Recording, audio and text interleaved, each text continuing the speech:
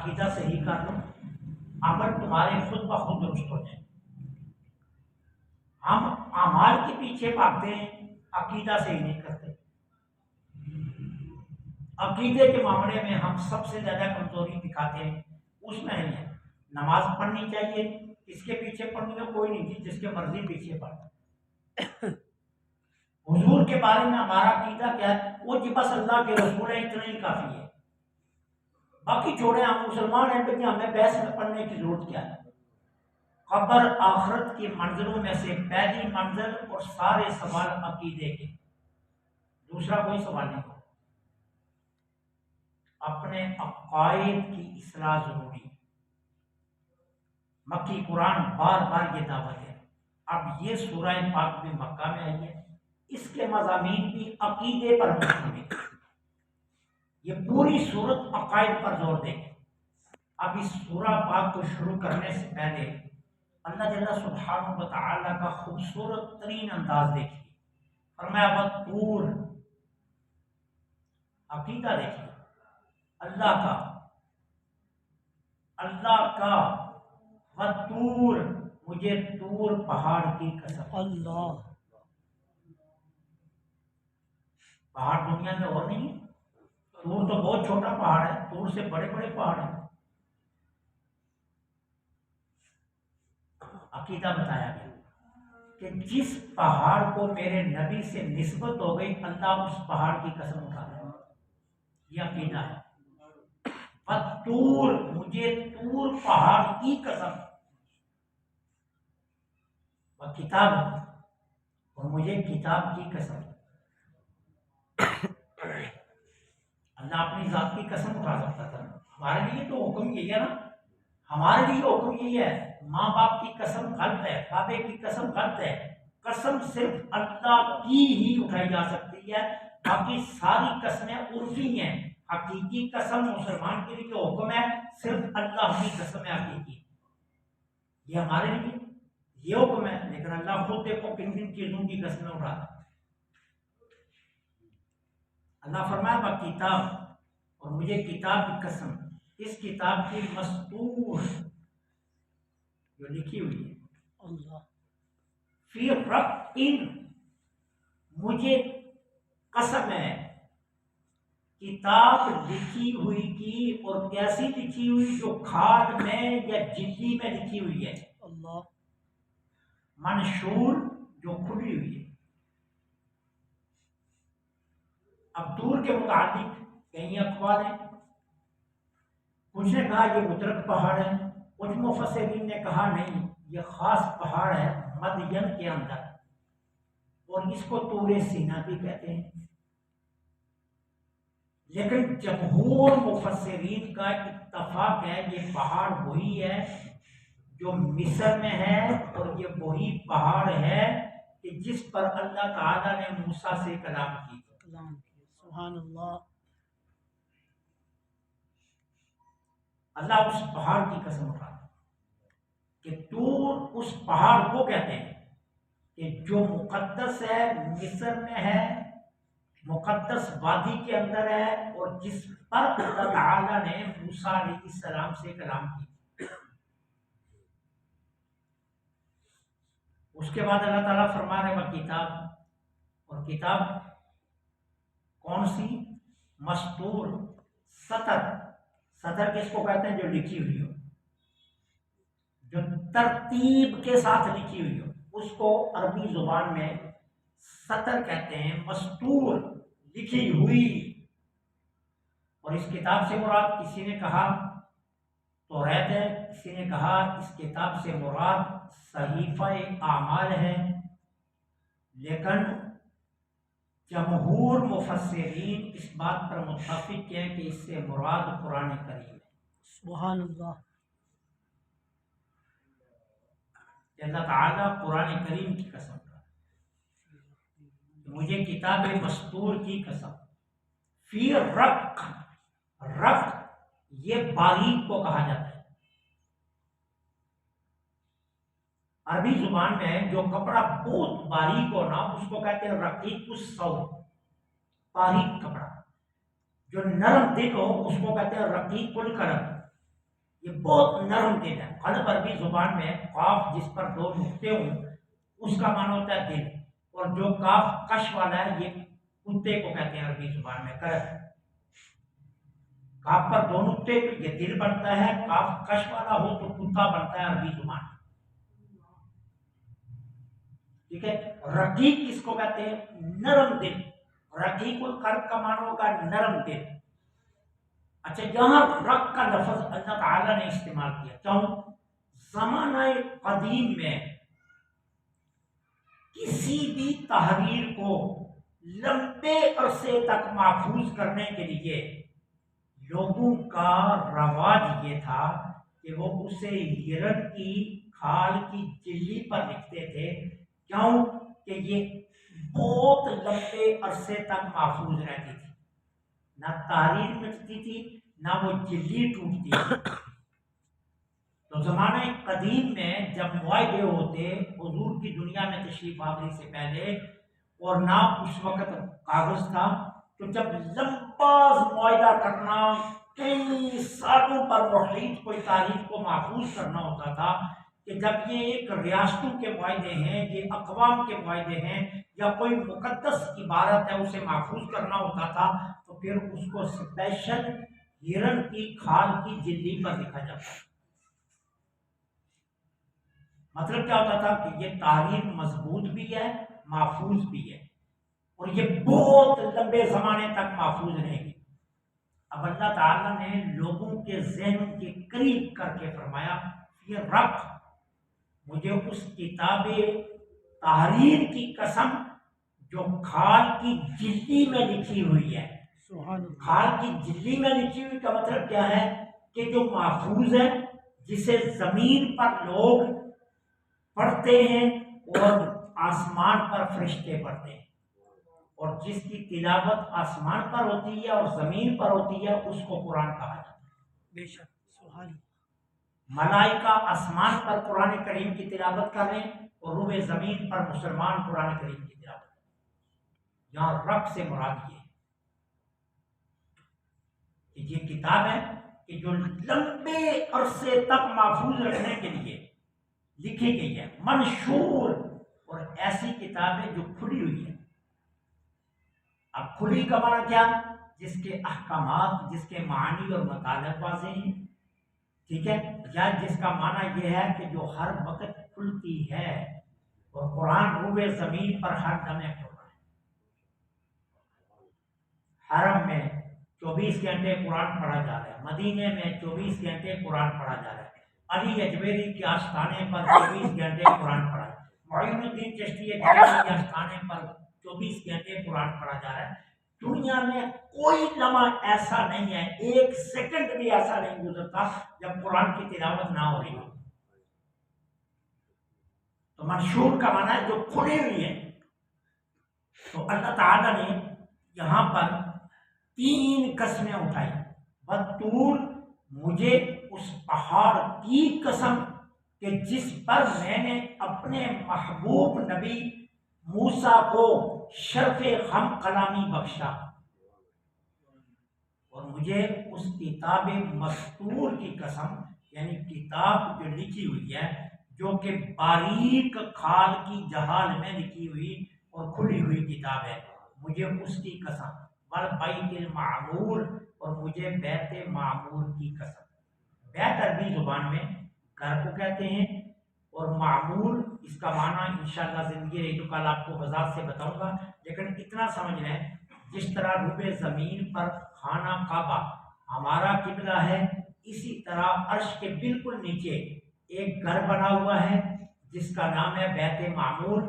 اس خانے کعبے کا کنیکشن اس گھر سے ہے، اور اس گھر کا کنیکشن اس خانے کعبے سے ہے. یہ دونوں کا آپس میں کنیکشن ہے. اس بیت معمور سے نور گرتا ہے جو اس خانے کعبے پر آتا ہے، اور اس خانے کعبے سے نور کی شعائیں اس بیت معمور تک جاتی ہیں. یہ دونوں کا آپس میں کنیکشن ہے. یہ انسانوں کا کعبہ ہے اور بیت معمور فرشتوں کا کعبہ ہے. جس طرح ہم یہاں حج کرتے ہیں، فرشتے بیت معمور میں حج کرتے ہیں. جس طرح ہم ادھر منہ کر کے نماز پڑھتے ہیں، فرشتے بیت معمور کی طرف منہ کر کے عبادت کرتے ہیں. تو بیت معمور اس کو کہا جاتا ہے. تو اللہ فرماتا ہے مجھے بیت معمور کی قسم، بیت معمور کی قسم۔ اب یہ ساری قسمیں کس لیے اٹھائی جا رہی ہیں؟ تاکہ تمہیں پتہ چل جائے عقیدہ کتنا اہم ہے۔ قسم اسی چیز پر اٹھائی جاتی ہے نا، اور پھر ایک قسم نہیں کئی قسمیں، اور وہ بھی ایک سچا بندہ اٹھائے تو آپ یقین کریں گے یار ایک قسم کی بات نہیں۔ اب ایک بندہ ہے، آپ کو معلوم ہے کہ یہ بندہ سچا ہے، لیکن کسی معاملے میں پھنس گیا تو آپ اس بندے کو کہتے ہیں قسم دو، وہ کہتا ہے میں دینے کے لیے تیار ہوں، تو آپ وہ کہتے ہیں اچھا کیسے دو گے؟ وہ کہتا ہے میں ایسے نہیں دوں گا، مجھے مسجد میں لے چلو، میرے سر پر قرآن رکھو، میں اللہ کے نام کی قسم سر پر قرآن رکھ کے مسجد میں اٹھاؤں گا۔ اب آپ کہتے ہیں نہیں بس ہمیں تیری صداقت پر یقین ہے، کیونکہ تم مسجد میں بھی جانے کے لیے تیار ہے، قرآن سر پر رکھنے کے لیے بھی تیار ہے، تو پہلے بھی تم معاشرے میں مشہور ہے کہ تم سچا ہے، اور اوپر سے تم اتنی قسموں کا اہتمام کر رہا ہے، اب تیری بات یقینی ہے کہ تم بالکل سچا ہے۔ اور یہ بندے کی کہانی ہے، اور جب سچا رب یہ فرما رہا ہو تو پھر اللہ اللہ جب سچا رب اتنی قسمیں اٹھا رہا ہے تو اس سے اندازہ کر لو کہ عقیدہ کتنا ضروری ہے، عقیدہ کتنا اہم ہے۔ اس لیے اللہ تعالیٰ اتنی قسمیں اٹھا کر بتانا چاہتا ہے کہ بھائی عقیدہ معمولی کام نہیں ہے، عقیدہ ہی درست ہونا چاہیے، عقیدہ درست ہوگا تو اعمال پہ وہاں پر دار و مدار درست ہوگا، اور اگر عقیدہ صحیح نہیں تو اعمال صحیح نہیں ہو سکتے۔